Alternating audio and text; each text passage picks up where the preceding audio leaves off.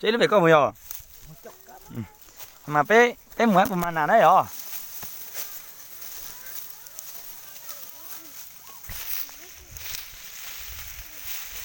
có tụi mình nhận là một chỗ nào đấy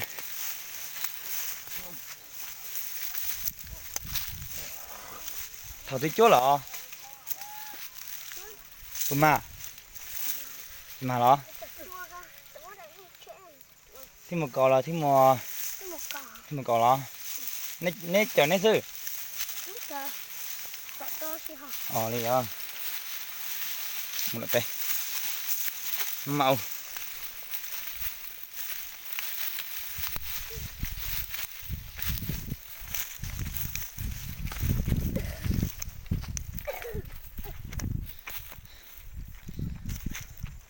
nhưng từ lúc chúng con là phát toán rồi đó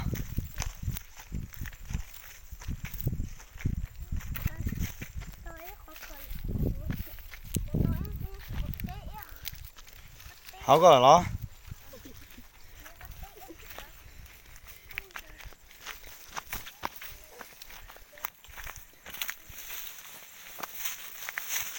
ê đó thì mình rồi đó thì mình nhộn một xuống nào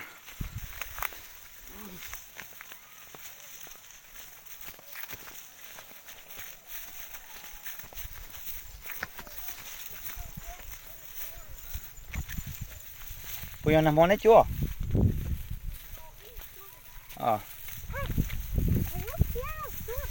rồi này bắt đầu cũng bỏ lại tiếng gái lúc thì một cái lò này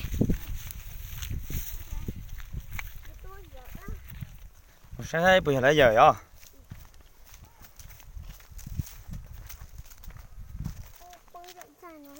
bên sai gọi đó chỉ là lúc bắt đầu lại giờ lò này không à đi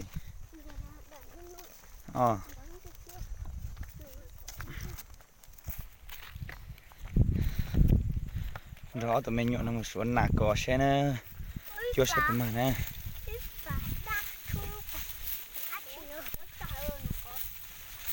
nhớ là họ đấy tao có là tí à tao có sao lắm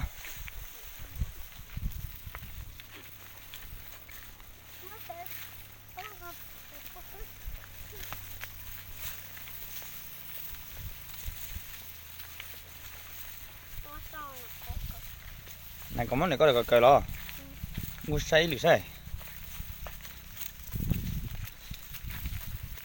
thì để tới có đó tao có sinh hạt bây giờ nhớ tao lấy cho con tao có đó họ lưu về đó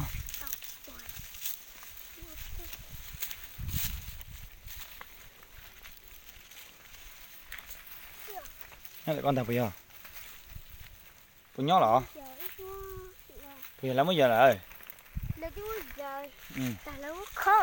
rồi trước kia hôm nay bây giờ thì họ ta lại mua gà lợi nào tao bảo là gái luôn là này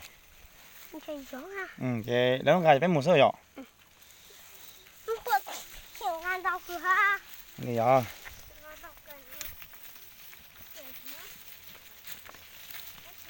tôi chú ý mà tá nó tôi số là chạy chỉ mà thế chạy mua này mua lúc thì mua gà lại thế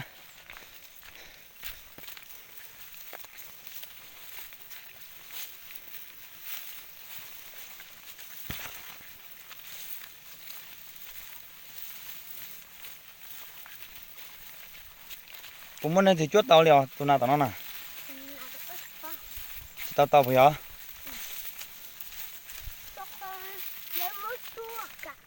lì hả mà lại hả chứ tao mà tự kia rồi hả lì hả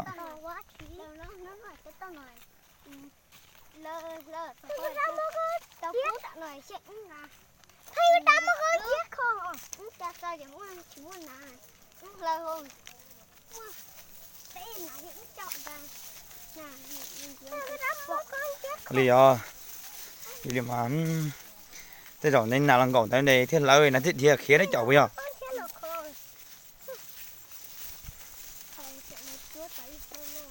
lì hả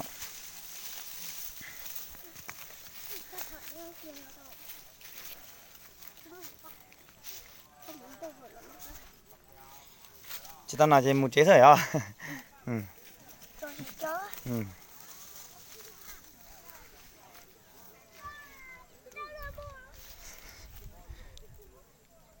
Số mà nào thế nào? Cứ sao tôi mới nhìa là Gì đấy chị? Bé chị phải tìm một chế rồi ạ. Ừ. tôi giờ cũng chúa nào mà tôi không nhìa. Thì đó này. Thế rồi số nào là chị mà thế chị? Chị. Có xui rồi, cho cá xui rồi.